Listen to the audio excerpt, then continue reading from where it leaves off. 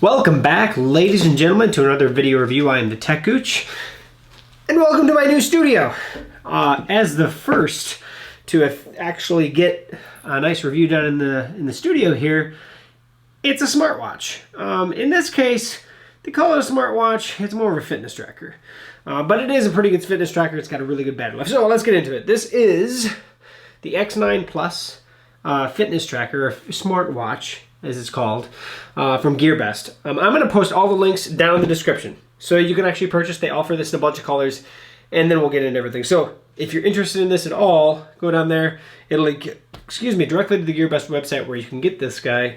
So we'll start with that. That said, comes in a small box, and inside the small box there is some instructions, definitely written from Chinese. So there is an English version on the one side. It's pretty simple. It's like any other fitness tracker. Gets you set up, tells you where the app is, so on and so forth. All right. This is the charging cord for it. So I'm going to show you that real quick for it as well. If I take off the fitness tracker watch, it's kind of like the old Apple MagSafe connections. There is only one way that it'll go on, and it will just magnetically attach, which I like. You're not going to want to have this hanging from it, though, it will charge. I actually did try it, but obviously if it moves too much, it will fall off. But like I said, it will only go on one direction. You can't put it on the opposite direction. So you set it down there, and then you put it in your nightstand, and you're good to go. So that said, the watch itself comes with a rubber band, so it is, even if you tighten it up pretty good, it doesn't like cut off circulation so much, and it's actually fairly comfortable. I've been wearing it for a couple weeks now, so now I have it really tight now. Usually I keep it at about 3 back, but that's just my smaller wrists that I have. I've been, just like my other fitness trackers, to check its accuracy and battery life. I have it in comparison to the Apple Watch here. Size-wise, it's very similar to the smaller Apple Watch. The screen itself is substantially smaller, but the size of the actual unit itself. I'm going to actually come in a little closer here shortly and actually show you everything and the app itself. But I'm going to go over a few things. First, it is water resistant. Yes, I did shower with it. Yes, I know I never had an issue. So that case, if you're looking for something that is water resistant, I can use in the rain, I don't have to worry about taking it off. Wouldn't submerge it. I never even checked so much, I guess, if it is submersible. I don't believe it is. But for the tests, I put as much water on it in my shower as I could while I was taking showers. I worn it while I was asleep to do sleep tracking. I'm not one to usually wear the stuff during sleep because I just don't like having stuff on my wrists. But I did do several days, not in a row, but several days with it on my wrist. Otherwise, I either set it on to check battery life. Once I charged it up the first time, I used it nonstop until it died. And actually, you'll tell exactly what day it died because I didn't have any activity that day because, well, I had to charge it while I went to work. So, and it literally was over a week. So if there's one thing I have to say about this tracker is you'll get more than a week out of battery life. Now, of course, that'll vary how much notification settings you have on there. After checking multiple fitness trackers, I check the notifications how I like them. It definitely notifies you of the notifications if you got an email, if you got a message or whatever. Eventually, I just got sick of getting it on both wrists, and I turned it off. So if you have a whole ton of notifications coming through and you have all of them set to come through on the smartwatch, you're probably not going to get that good a battery life as I got. Still good, though. And that's one thing, because it is essentially a full-blown fitness tracker with a heart rate monitor. It does have a pretty sizable battery, which is why it's the size of a smartwatch. There's no apps you can do with it. That's why I tend to not call it a smartwatch. It's more of a watch fitness tracker. But that said, as a watch fitness tracker, it's actually really good. It's actually really comfortable, and it's actually pretty darn accurate. And you have a full function fitness tracker, right? App is one of those things that I think that they can improve on. And from what I've been told, they are improving on. So there are several things that I wish that they would definitely change. And I'm going to show you those in a second. So why don't we just come on in and get that part done.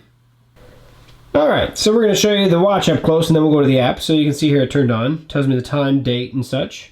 If I can go ahead and hit it again, I'm going to get how many steps I've taken, how many calories I've burned, what's called my sport mileage, how much sleeping I've done, which isn't a whole lot. I haven't really worn it sleeping lately. And then it'll actually tell me my heart rate, my blood pressure, even my blood oxygen level. So I've let that do its thing.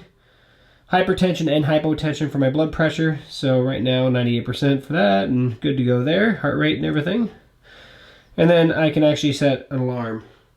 So you can do a lot of things.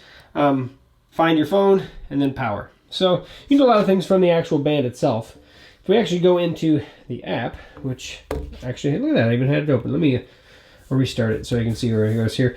It's called the Eyewear App. So I'm going to go ahead and start that up while we zoom in here. So it obviously links up and it's telling me this. Now you can see yesterday is the day I actually had to charge it up because I didn't wear it because battery finally died. But it tells me for the week, so this is the rest of the week that obviously hasn't been calculated yet. If I scroll over, heart rate, it's been monitoring my heart rate, so each day kind of the average heart rate for the day. If I go into my sleep patterns, looks like I wore it today for a little bit of sleep. If I was to go back in time, you'd see the days that I actually did it, and it would tell me hours I've actually slept. So it actually works pretty good. I've tried it. This is going to tell me my blood pressure, which I haven't taken a whole lot, but it tells me my current blood pressure at least. And then this is the blood oxygen level. So if you actually run through this more frequently, it'll tell you more. I did it when I first got it, but I haven't done it this week other than today. So that's essentially the app. In terms of the settings, let's go in here. Remind settings. I turned all these off, but you can get incoming call, text messaging, missing reminder if you're, whatever. Find the device. You can start searching things.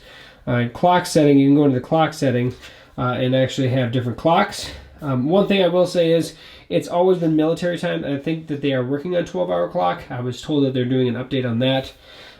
User profile, let's see what's in here. This is where I also talked to GearBest about it to see if they're updating. There's an update coming because currently centimeters and kilograms is the only items that you can enter. You can't actually put in pounds and height in feet and inches like we do here in the US. Now obviously I can quick calculate it, but I left it out just because we didn't want to calculate it at the time. So that's one thing I think that they definitely need to learn to change as well.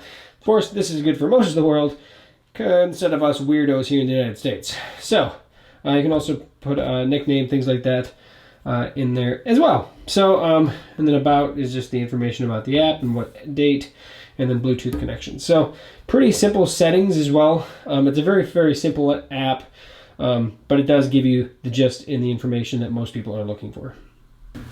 So what do I think? In all reality, what I really think is it depends on what you're trying to do with your smartwatch or fitness tracker. It does a lot. It does a lot. This is the first one that actually tells me my blood oxygen level. This is the first one that gives me the hyper and hypotension for my blood pressure. So it's got a lot of stuff. That I guess I have had one of the full blood pressure. I'm sorry, but it's got a lot of juice in one small a nice package. It looks good. It's hefty. You can definitely tell there's a large battery in it, which is why I get really good battery life. So if I'm looking for a fitness tracker that's giving me information that I want to monitor, I'm not worried about sticking it in with a whole bunch of other fitness stuff or sticking it into like monitoring food and all those other apps that are fantastic for people that want to use them, but not everybody does. It's not a bad option, especially for the price.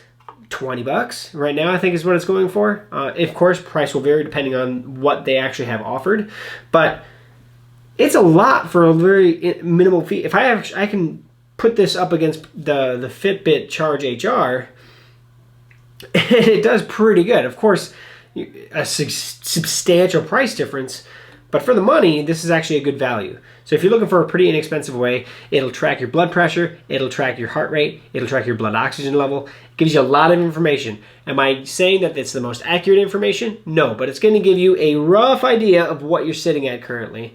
And if you see something spike or something change, head to the hospital, right? So a lot of stuff going on here. Pretty good item. I highly recommend checking it out. I will post everything in the description, so please head down there to look at that. If you have any questions, comments, please post those below. Like, comment, subscribe. I love people that actually help support the show. I want to say thank you for all my supporters out there, and you're the one that are making all this happen, because the only way I can justify having this studio space is by having as many people that are actually thumbing up and commenting and subscribing to my channel and videos. So thank you for all you fellow watchers out there. If you have anything else that you need from me, you can find me over at thetechgooch.com. Check us on social media at techgooch, which I'm hopefully going to get back into here one of these days. But that said, thanks for watching, and we will catch you on the next video. Thanks, guys.